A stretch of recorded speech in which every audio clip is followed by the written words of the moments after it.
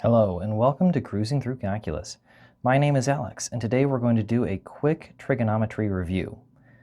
Now trigonometry is a very vast subject and there's a lot of things we could talk about. I'm only going to touch on a few things here that I think you'll need to know when you're doing calculus. The very first thing we're going to be taking a look at is the unit circle here. The unit circle is a circle that has a radius of 1 and is all based on 30, 45, and 60 degree type angles. It's also based on 90-degree angles too. You'll see that in your calculus class, instead of working with degrees, you're almost exclusively going to be working with radians. So it's a good idea to brush up on your radians. In fact, when I created my unit circle here, I only used radians. In order to use the unit circle, you always need to be able to identify the angle that you're working with first, then find the coordinate associated with that point, and then you can use the coordinates to help you find your answer. This is especially useful if you're trying to find like sine and cosine. So the sine of the angle is going to be the y-coordinate on the unit circle. So let's say we wanted to find the sine of pi over 6. That y-coordinate would be 1/2. Cosine is the x-coordinate. So if we wanted to find the cosine of pi over 6, the answer would be square root of 3 over 2. Tangent is actually just a combination of the first two, sine over cosine, or in other words, y over x. So if you were going to find the tangent of pi over 6, you would do 1/2 divided by root 3 over 2, which would result in just root 3 as your answer when you simplify it. The other three trig functions are based off of the first three, except they're just reciprocals.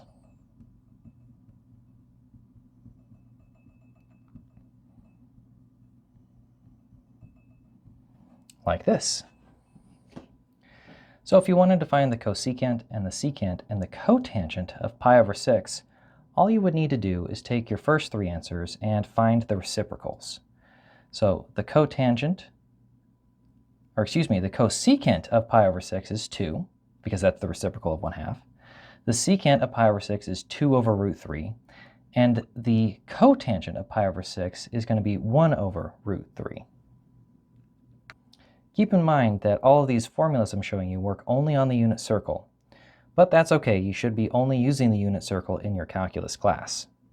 Now, another thing that I mentioned but sort of glossed over is the fact that tangent is actually just sine over cosine. In fact, that's not the only one that's important. Cosecant is 1 over y, and y is sine, so that means cosecant is actually just 1 over sine. And that means that secant is 1 over cosine. And that means that cotangent is 1 over tangent, or if you prefer, cosine over sine. Knowing these 6 basic trig functions and their reciprocals are incredibly helpful in calculus.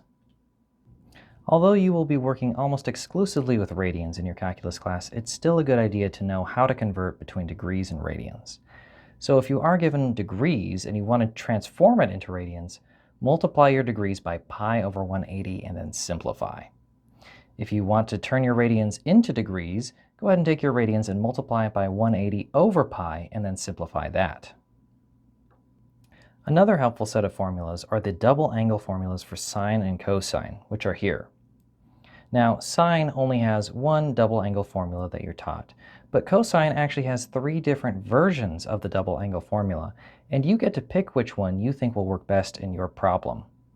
Definitely take the time to memorize these as well. Another thing that you'll need to remember are the sum and difference formulas for sine and cosine. So if you see the sine of a plus or minus b, that is going to be equal to the sine of a cosine of b, and then plus or minus the cosine of a sine of b. Sometimes students look at this formula and understand that the first part is trying to tell you what happens if you see a plus b or a minus b. But when they come over here to this part, they wonder, should I use the plus part or the minus part? Well, the answer to that is, if you see a plus b, you want to use the top piece here. You see how this top piece matches with that top piece? And if you see a minus here, which is on the bottom, you're going to want to use the bottom piece over here. That's the trick. The same idea goes here. If you're trying to find the cosine of a plus or minus b, that's going to be the cosine of a, cosine of b, minus or plus the sine of a, the sine of b. In other words, if you see the cosine of a plus b, as you're going through the formula, you want to use the minus sign here. And if you see cosine of a minus b, as you go through your formula, you're going to want to use the plus sign there.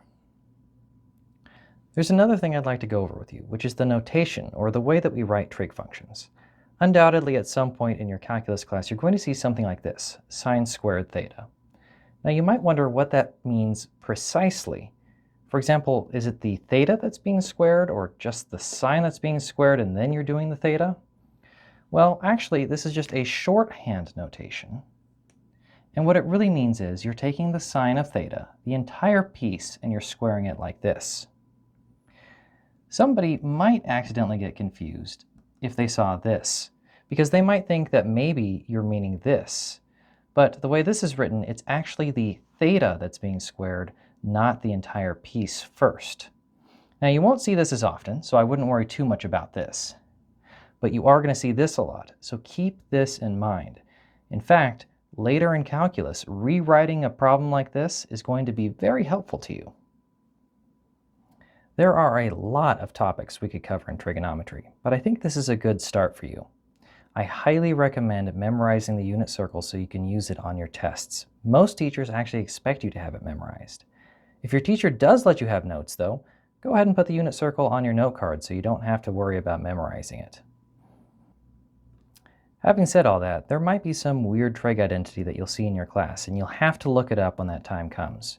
For now, what we've talked about is enough to get us started. If you found this video helpful, you might consider checking out my website, which is linked in the description below. You'll be brought to Infinity Learning Academy, where you can find Cruising Through Calculus. At Cruising Through Calculus, we have over 100 videos and documents to help you get through your calculus class, including videos for each topic, practice problems, and full video solutions for those practice problems. I hope to see you there, and together we can cruise through calculus.